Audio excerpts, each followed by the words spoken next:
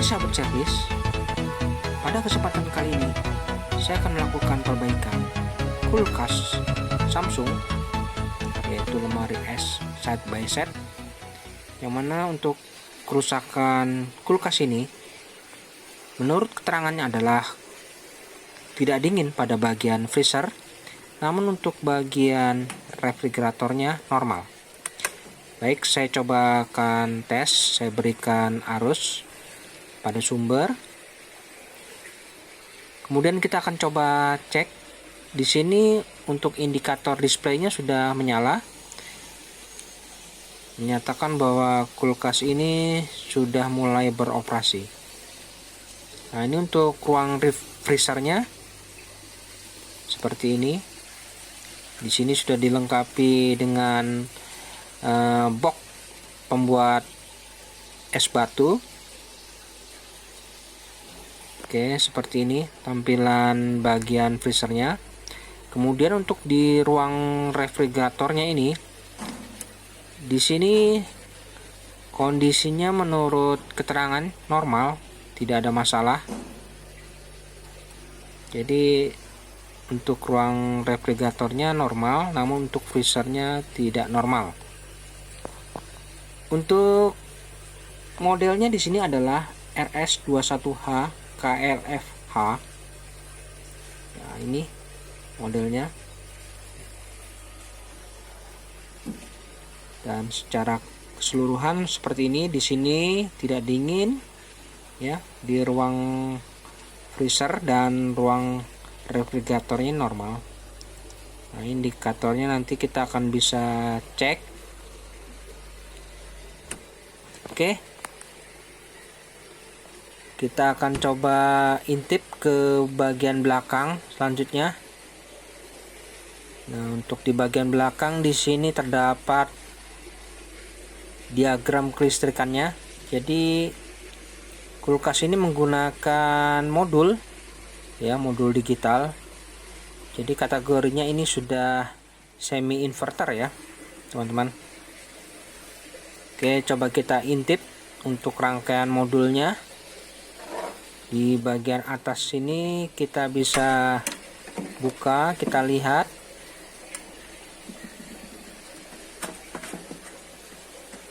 Nah, seperti ini.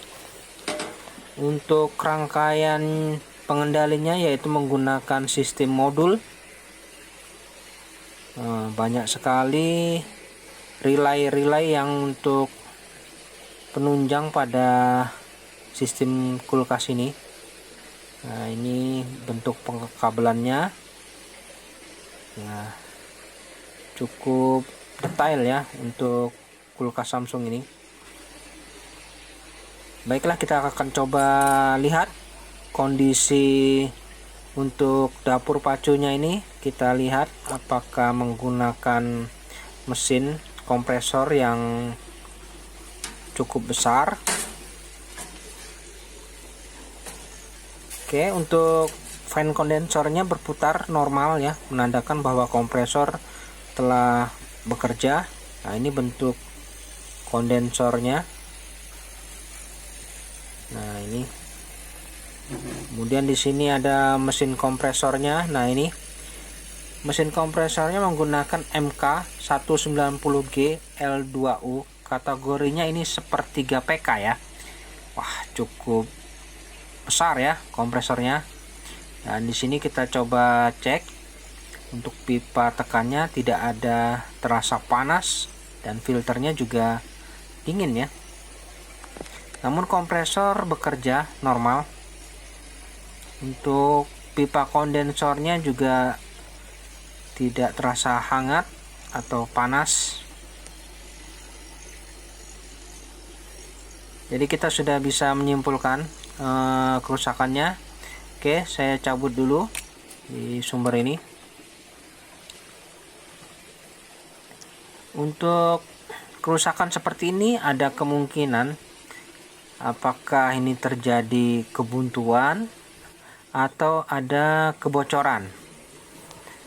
Untuk lebih pastinya kita akan coba langsung lakukan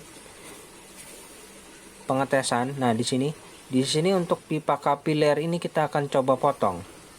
Apabila terdapat freon yang keluar secara deras, artinya kerusakan ini karena terjadi kebuntuan ya, mungkin kebuntuan di filter atau mungkin di pipa kapiler. Namun untuk lebih pastinya kita akan coba lihat sama-sama pada saat nanti habis setelah kita potong pipa kapiler ini apa yang terjadi, apakah ada freon atau tidak ya teman-teman. Oh, ini ternyata freonnya ada ya, deras ya, cukup deras. Nah, ini freonnya. Jadi saya menyimpulkan kalau seperti ini kerusakannya adalah kemungkinan karena terjadi kebuntuan ya pada sistem. Jadi kita habiskan dulu freon yang tersisa ini, pastikan betul-betul habis, kita buang dulu.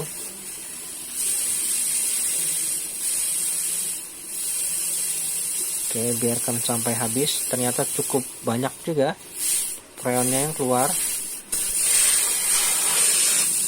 Oke ya, habis. Pastikan ini habis ya teman-teman freonnya.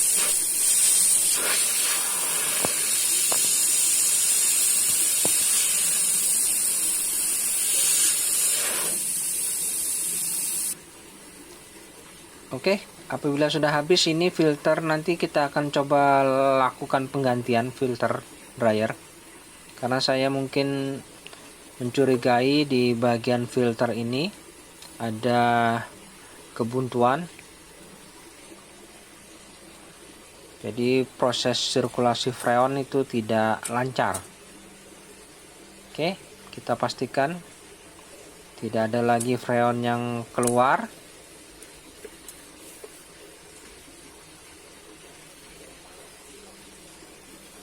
Selanjutnya untuk pipa pengisian ini kita akan coba potong, karena di sini nanti akan saya buatkan pentil pengisian untuk melakukan proses pengisian freon. Saya potong di sini.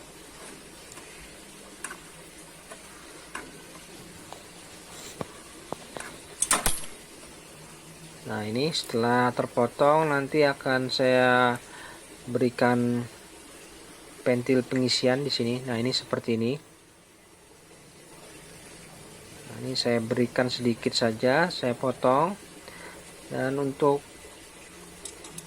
sepuyer pada pentil pengisian serta sealnya ini harus kita lepas dulu, karena nanti pada saat kita lakukan proses pengelasan supaya tidak meleleh. Nah, ini sepuyer dan seal ya, ini sealnya. Nah, itu harus terpasang nanti pada saat proses penutupan. Baik, kita akan coba langsung lakukan proses penggantian filter dryer. Nah, ini filter dryer ini akan saya ganti yang baru saja, karena saya curiga terjadi kebuntuan di bagian filter dryer atau mungkin di pipa kapiler. Namun untuk lebih pastinya kita akan coba ganti dulu di bagian filter dryer ini. Biasanya memang sering terjadi kebuntuan di bagian filter dryer. Oke, setelah terlepas kita coba bersihkan pipa kondensor ini. Nah, ini untuk filter dryer yang baru. Nah, ini kita akan coba tutup dulu, kita berikan tambahan pipa untuk menyambungnya. Kemudian di bagian sebelahnya kita akan coba permanenkan, ditutup saja. Dan untuk ujung sini kita buatkan lubang pembuangan ya, pembuangan udara, karena saya akan melakukan proses vakum body. Namun untuk teman-teman tidak saya anjurkan mengikuti proses ini. Alangkah baiknya dalam proses pemakuman menggunakan mesin vakum ya teman-teman. Jadi untuk proses pemakuman lebih baik menggunakan mesin vakum. Nah, ini saya coba berikan pipa tambahan untuk pemasangan filter dryer. Nah, namun sebelumnya saya coba hidupkan dulu. Saya tes apakah masih ada kompres pada kompresornya. Wah, ini mantap ya. Jadi kompresnya itu ada, kencang ini. Jadi kompresor ini memiliki daya tekan yang cukup besar. Oke, mantap. Nah, nanti di sini akan kita coba pasang filter dryer. Namun saya cabut dulu sumber. Kemudian kita coba langsung lakukan penggantian filter dryer.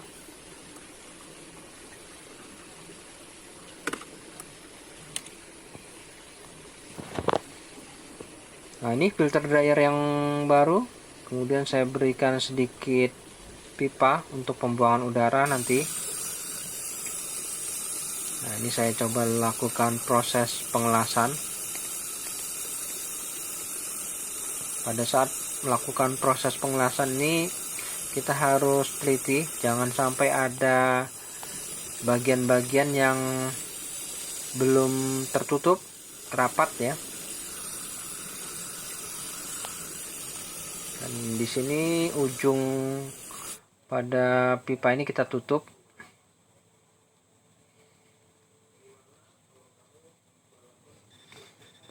Oke, sudah tertutup.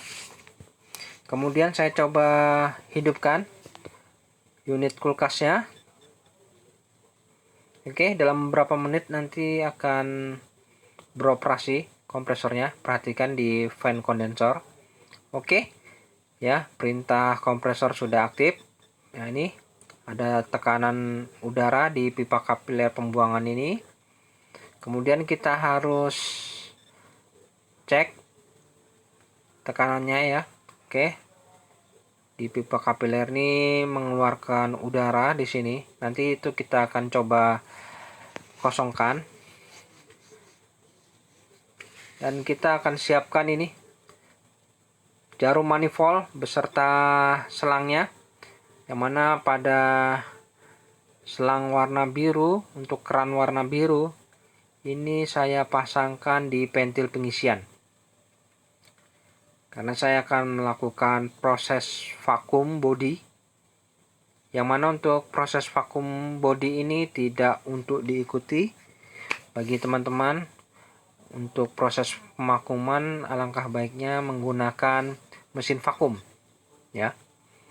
Oke, ini jangan lupa ditutup keran warna birunya nih untuk proses pemakuman ya. Oke, sudah tertutup.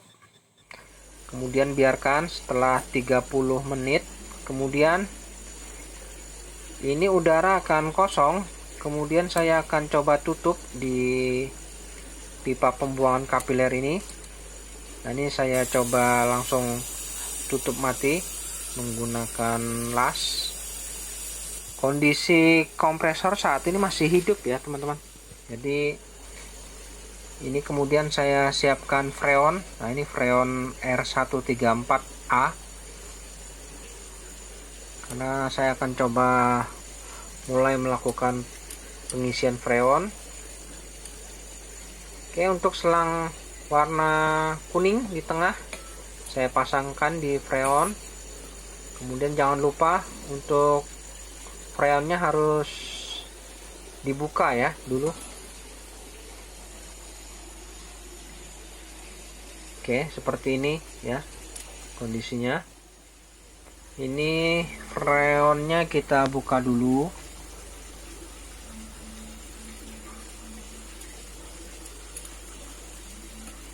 Oke, sudah terbuka. Kemudian freon mengalir melalui pipa, namun masih berhenti di sini ya. Kita harus coba buang dulu udara yang terjebak pada selang manifold pada keran warna merah kita buang ya. Kemudian setelah kita buang, baru boleh kita membuka keran warna biru. Oke, coba kita isi keran warna biru ya, menuju ke sistem. Kita tunggu, kita isi 50, dan coba kita amati jarum manifold apakah konstan di angka 0 ya. Kita lihat